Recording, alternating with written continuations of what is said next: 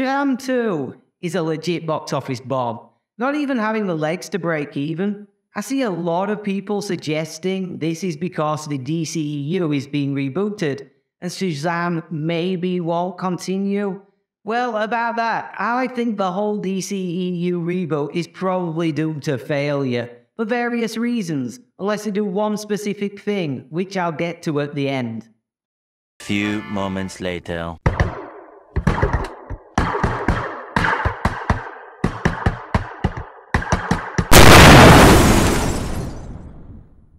What the hell? You? After all this time? Ugh! I imagine unless you are a student of the DCMR Extended Universe lore, you're probably wondering, what the hell just happened? Roll my first reason they are probably doomed, and I'll explain.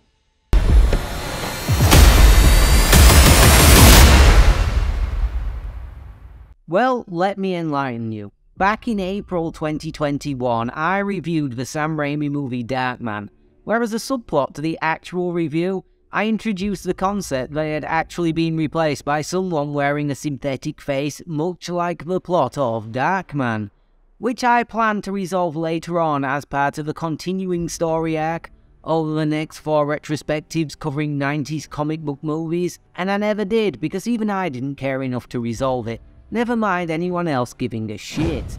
And that is how most of the general audience feels about cinematic universes.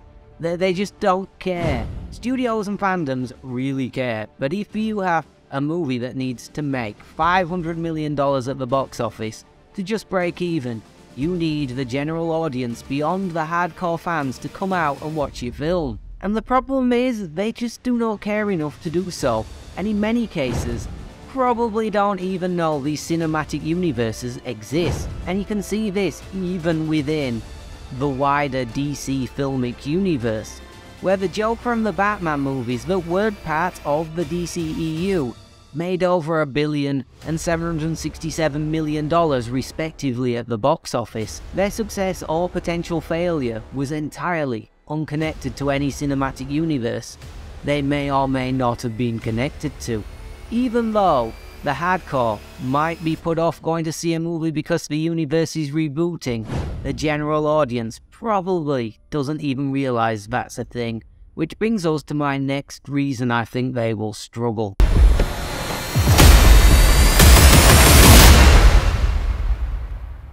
There has only ever been one successful cinematic universe, that being the MCU. And even that seems to be showing signs that it is starting to struggle. With their big Phase 5 kickoff movie struggling to just about break even, maybe earning a minuscule profit, or struggling to a small loss when you apply the rule of 2.5 to its production budget. The peak for comic book movies was around 5 years ago, between 2018 and 2019, when 5 of the top 10 highest grossing comic book flicks were released in that 2-year period. Even at the peak of comic book movie mania, DC only managed to get one movie into that top 10, 2018's Aquaman. Since Phase 3 finished with Endgame, we've seen an explosion in the amount of content and seemingly a subsequent drop in quality and in public interest, with 0 films since Spider-Man No Way Home in 2021, making it to the coveted $1 billion mark. One of the big reasons being, there has been more content in Phase 4 in 2 years than the prior 3 phases combined. It doesn't really take a genius to work out why this is a problem either. Cinematic universes work on the principle of FOMO, or a fear of missing out for those who don't know the acronym. When there are 2 or 3 movies a year being released, it's easy to justify going and seeing all of them, so that you can keep up with the interconnected stories because you have that fear of missing out. But when there are 9 movies and 8 TV shows released in just 2 years, the inverse is true. It's incredibly easy to miss one, and once you've missed one, it's easy to miss a second, and once you've done that, the FOMO is no more. Throw in the fact the quality of the movies has been variable between okay to bad, and the overarching story of Phase 4 seems to have been this movie or show purely exists to justify the existence of whatever is following it on the release slate ad infinitum, There's no real overarching story that you have fear of missing out of anyway.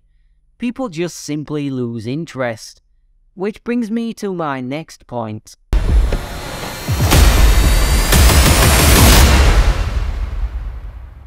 Back in the not-too-distant past, there used to be such a thing as the theatrical release window, where you could only see a movie at the theatre. This was originally 6 months. It now ranges from 0 days in some cases to just 45 days in others. And again, it doesn't take a genius to work out why this is a problem. It costs around $25 per person plus snacks to go to the cinema. A family of 4 could end up costing you north of $100 to watch a mediocre movie, with another $30 or $40 on top for popcorn and drinks. Why risk that when you can just wait 45 days and watch it in the comfort of your own home for a relatively small monthly cost of a subscription service that in a year costs around the same as a single trip to the cinema? In the case of DC, this is even worse because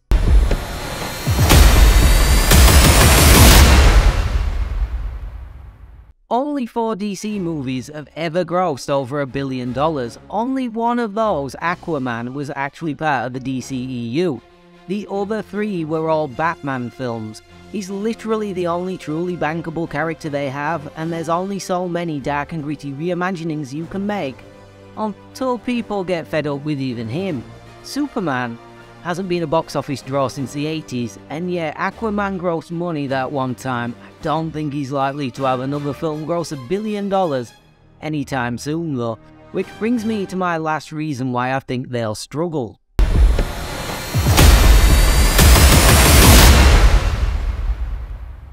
The MCU had built up a lot of goodwill over the first 3 phases of that cinematic universe, and it does seem to have burnt through that with Phase 4, but they got a whole phase of mediocre movies where people still turned up to the theatres. DC, however, doesn't have any goodwill, and in fact has the opposite of that with its reputation for mediocrity, because DC, rightly or wrongly, does have a reputation for making bad movies that aren't Batman. And that is a big problem, because you now have to make truly great films and market those films really hard and hope to God word of mouth gets people's bums on seats. Which brings me to my last point, the only way this works out well for them.